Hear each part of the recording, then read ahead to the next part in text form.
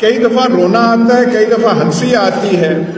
یہاں پہ جو گھر تھا جسے جناح ہاؤس کہتے ہیں، بابا قوم کو اس کا قبضہ ایک دن کے لیے نہیں ملا۔ مادر ملت کوشش کرتی رہی، ایک دن کا قبضہ نہیں ملا، پھر وہ جو اپنا خود کی جو پیسے دے کے وہاں سے جان چھڑا لی۔ میں بھی فورسز کا آدمی، میں بھی فوج میں رہا۔ میں تو سوچتا ہوں کہ ہم اپنے تمام اداروں کے ساتھ، اپنی سیاست کے ساتھ، اپنے ملک کے ساتھ ہم کرنے کیا جا رہے ہیں؟ میں آپ سے پوچھتا ہوں، صاف شفاف انتخابات جو آج ہمارے انداتا ہیں، جو آج سب کچھ چلا رہے ہیں، کیا وہ افورڈ کر سکتے ہیں؟ تو مرحوم ضیاء الحق کا ایک بڑا پسندیدہ جملہ ہوتا تھا کہ الیکشن تو بڑی اچھی چیز ہے، ہونے چاہیے، لیکن الیکشن کے مثبت نتائج ہونے چاہیے۔ جو آپ کی 3-4 خواتین یہاں پہ کوٹ لکھپت جیل میں ہیں، وہ طیبہ راجہ، صنم جاوید، 1-2 اور ہیں، وہ لاہور میں ان کو ٹکٹ ملے، آپ بتا تو دیں مجھے 3-4 نام لے دیں نون لیگ کے جو ان کے خلاف کھڑا یا کھڑی ہو سکتی۔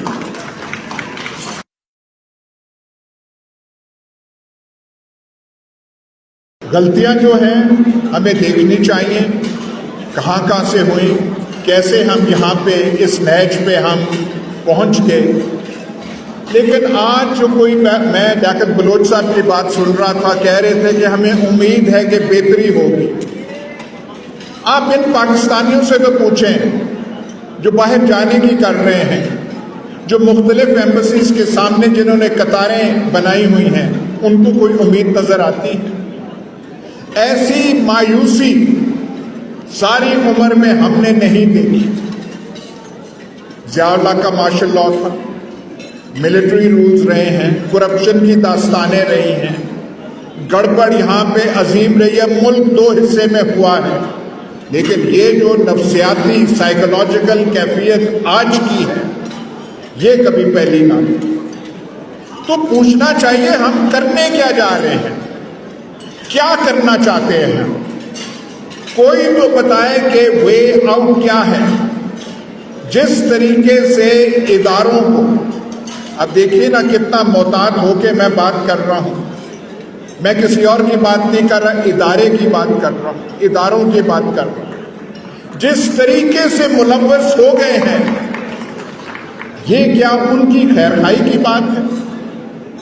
جب آپ اپنی آرگنائزیشنز کو ان کاموں پر لگا دیں، یہ جس طریقے سے جو کریک ڈاؤن ہوا ہے مئی 9 کے بعد، اور مئی 9 کے بارے میں ہم بھی کئی ٹی وی پروگرامز کرتے ہیں، کئی دفعہ رونا آتا ہے، کئی دفعہ ہنسی آتی ہے۔ یہاں پہ جو گھر تھا جسے جناح ہاؤس کہتے ہیں، بابا قوم کو اس کا قبضہ ایک دن کے لیے نہیں ملا۔ مادر ملت کوشش کرتی رہی، ایک دن کا قبضہ نہیں ملا، پھر وہ جو اپنا خود کی جو پیسے دے کے وہاں سے جان چھڑا لی۔ لیکن یہ جو سب کچھ ہو رہا ہے، میں بھی فورسز کا آدمی، میں بھی فوج میں رہا۔ میں تو سوچتا ہوں کہ ہم اپنے تمام اداروں کے ساتھ، اپنی سیاست کے ساتھ، اپنے ملک کے ساتھ ہم کرنے کیا جا رہے ہیں؟ کوئی مقصد تو ہونا چاہیے۔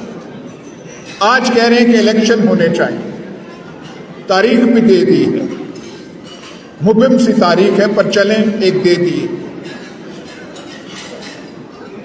پر کس طریقے سے کرائیں گے؟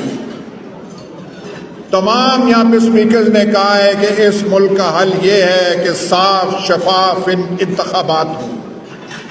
میں آپ سے پوچھتا ہوں، صاف شفاف انتخابات جو آج ہمارے انداتا ہیں، جو آج سب کچھ چلا رہے ہیں، کیا وہ افورڈ کر سکتے ہیں؟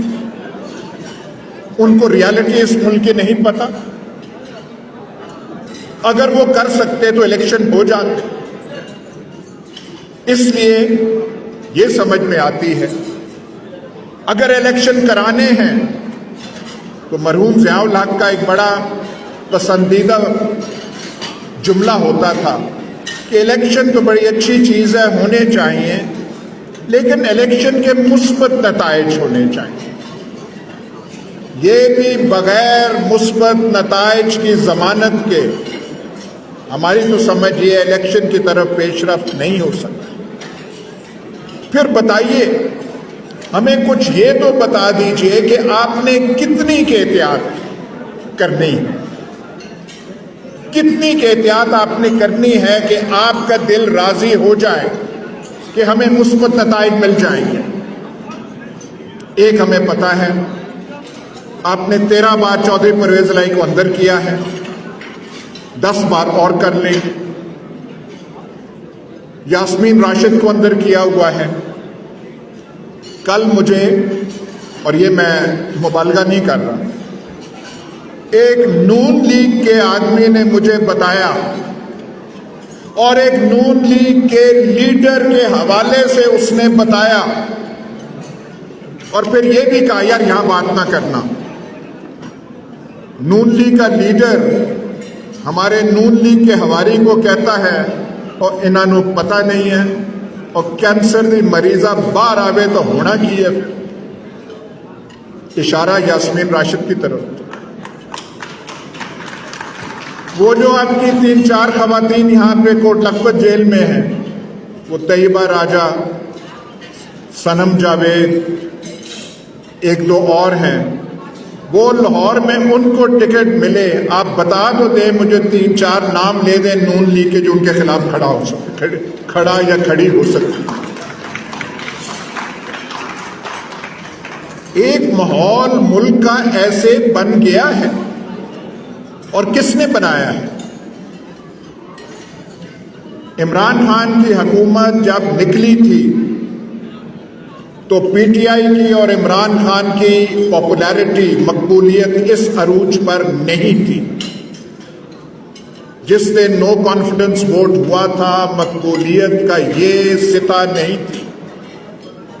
بھائی آپ سے خود چیزیں مینج نہیں ہوئی، نہ آپ سے سیاست مینج ہوئی ہے، نہ معیشت مینج ہوئی ہے، نہ یہ جو آپ نے رنگ برنگی حکومت وہ لگا کے بٹھا دی تھی، یہ جو 16 ماہ کا ناٹک ہوتا رہا ہے۔ کرائسس تو اس 16 ماہ میں ہوا ہے، ہمارے کوئی حالات پہلے اتنے اچھے نہیں تھے، پہلے کوئی ہماری معاشی حالت اتنی سنہری حالت میں نہیں تھی۔